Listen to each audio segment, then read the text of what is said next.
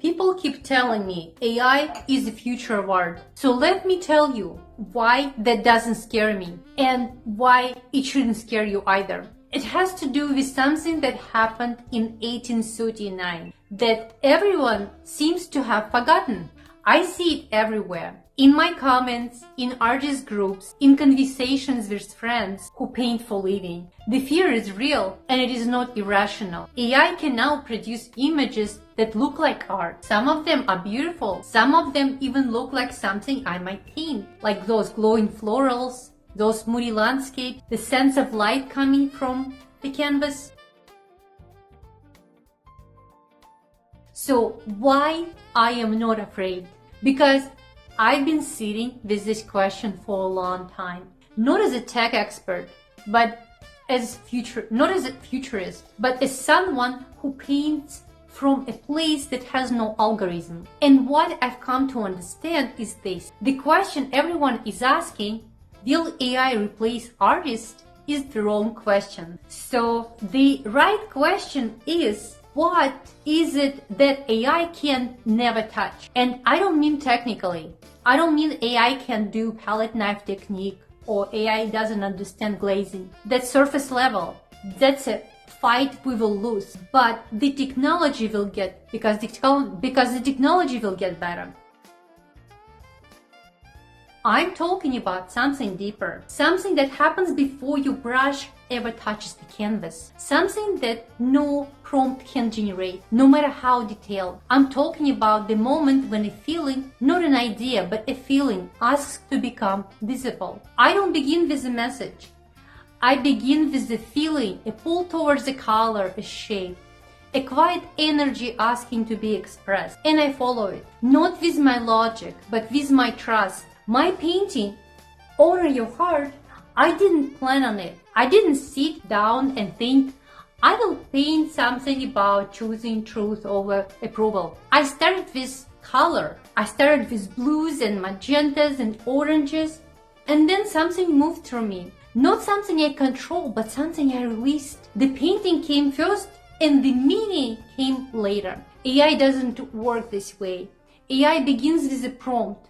It begins with an instruction, paint a moonlit ocean with glowing florals in the style of magical realism. And it will produce something, but it will never produce something it didn't already know, because it can only recompile, it can only reference, it can only look backwards. But art, real art, looks forward, into unknown, into the part where it doesn't know words yet. Salvador Dali understood something about reality that most people still don't. He didn't wait for inspiration. He went fishing for it. He called it slumber with the key. He would sit in a chair holding a metal key between his fingers with a plate on the floor below. As he drifted into sleep, his hand would relax and the key would fall. And in that instant, not fully asleep, not fully awake, he would catch something, an image, a vision, not something he invented, but something he received. That threshold, that shoreline between the clarity and surrender, that's where art lives. That's where my best work appears. Not when I'm fully in control, but when I'm just beyond it, suspended between day and night, between intention and surrender. Now tell me, what prompt would you write for that? What instruction do you give a machine to enter a state it has never experienced? AI doesn't dream. AI doesn't surrender. AI doesn't have a subconscious to descend into. And without that, you get something that looks like art, but doesn't feel like art. But here's what I keep coming back to. This has happened before. When photography was invented in 1839, painters were terrified. I don't mean uncomfortable. I mean existentially terrified.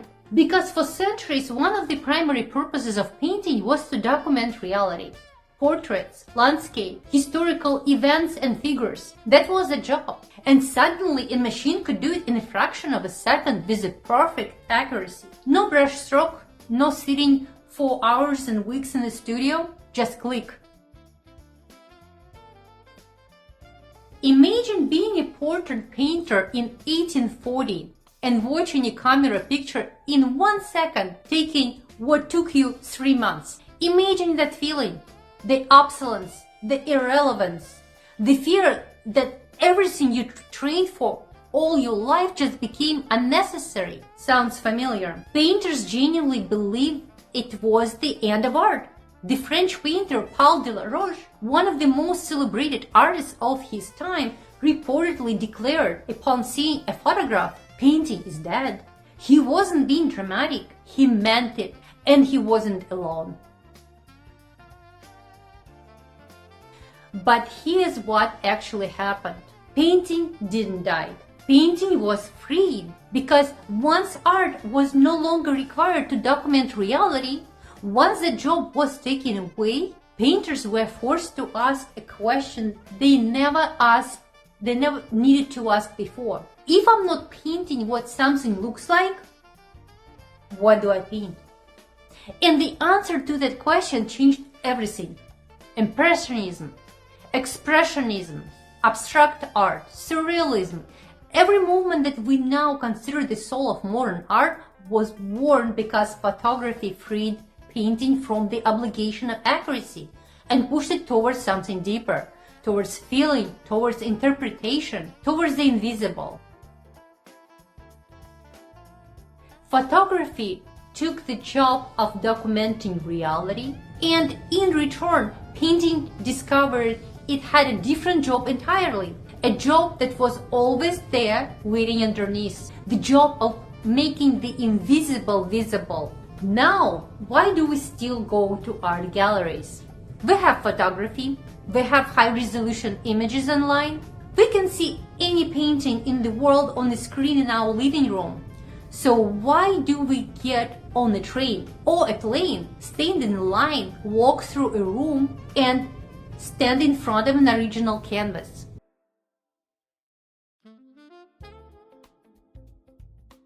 Because a photograph of a painting is not the same as standing in front of it.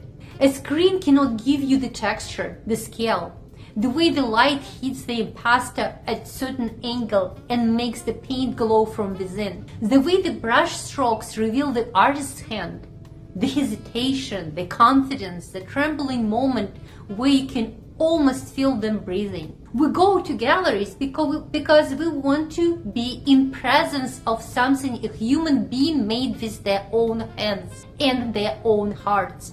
We want to be close to the creative act, not to the image, but the experience of the image. The feeling that someone reached through the time, a place and space and materials and touched something inside us that we didn't know was there.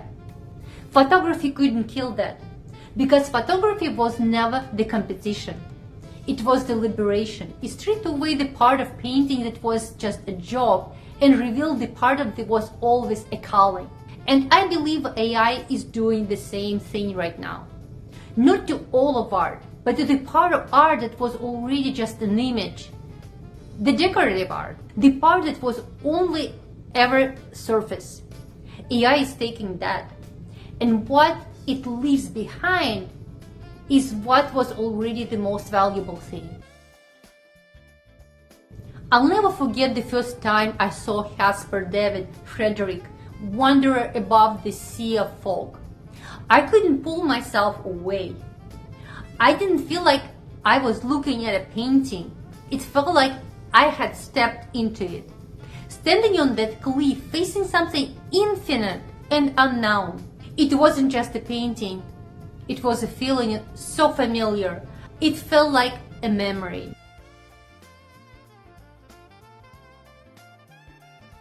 Have you ever looked at something and felt like it already knew you? That's not a technique. That's not color theory. That's something being transmitted from one human being to another, across space and time through the canvas. The painting wasn't telling me a story, it was holding up a mirror. That's what AI cannot do. It cannot hold up a mirror to your soul, because it doesn't have one. And it cannot reflect yours because it has never looked into one. And this is exactly why I create the work I create. Every painting I make is an invitation to feel something you may not have words yet. If this speaks to you, if you're the kind of person who walks into a gallery and doesn't just look but recognizes, then you belong here. Subscribe to the channel, join this space where art is not just seen but experienced, because what I'm sharing next might be exactly what you've been waiting for to hear. Now here's where my opinion becomes uncomfortable for some people. I don't think artists should be afraid of AI, but I also don't think we should ignore it. And I think a lot of the anger I see from artists right now isn't really about AI. It is about something deeper. It is about feeling like the world doesn't value what you create. It's about watching someone take a sentence and get 1,000 likes for an image that took them 11 seconds to generate, while your painting took 3 weeks and got 12 likes. That pain is real. And I felt it. But here's what I've learned. That pain is not about AI. That pain is about a world that was already failing to see the difference between an image and an experience. AI didn't create that blindness. It just revealed it. I would rather live in the world where that blindness is visible, where we're fully having this conversation, than in the world where it stays hidden and we keep pretending everything is fine. So what happens now? What becomes valuable in the world where anyone can generate an image? I'll tell you what. The same thing that was valuable, always valuable. The taste, vision, story, the human hand, the emotion, the trembling brushstroke that revealed the artist was feeling something, the imperfect line that proves a person was here.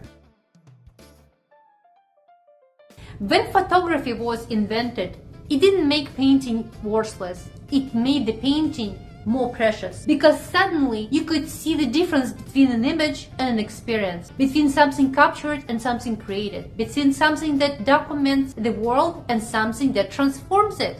The same thing is happening now. When tools become abundant, what becomes scarce is the thing no tool can give you: a reason to look, a reason to stay, a reason to feel. I sell my originals to collectors who tell me they can't explain why particular paintings stop them in their tracks. They just can't look away. It's not about technique, it's about resonance. It's about one human soul recognizing another across the canvas. And that has no AI substitute. So let me ask you something, and genuinely I want to know. Have you ever stood in front of an AI generated image and felt that thing where your body recognizes something before your mind can name it? That pull that says this was made for you? If you have, tell me in the comments below. If you haven't, tell me that too, because I think this conversation matters more than most of the arguments I see online about it. And if you're an artist watching it and you are scared, I deeply understand.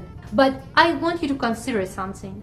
In 1839, Paul Delaroche said painting was dead, and he was wrong. Not because he was stupid, but because he couldn't yet see what painting would become once it was freed of the thing no longer needed to be. What if the very thing that threatens to make art easy is the thing that finally makes what you do irreplaceable? Not because you paint better than machine, but because you feel, and because what you feel moves through you and into the canvas and across the room into someone's chest. No algorithm will ever do that. I used to think I was creating painting until I realized it was revealed through me. The painting comes first, the meaning comes later. That's not a workflow, that's a way of being, and no technology will ever replace it, because it was never about the technology in the first place.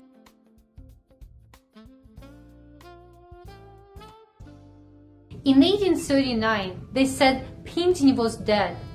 Then came Impressionism, then came Expressionism, then came every movement that made art more human, no less. AI is no death of art.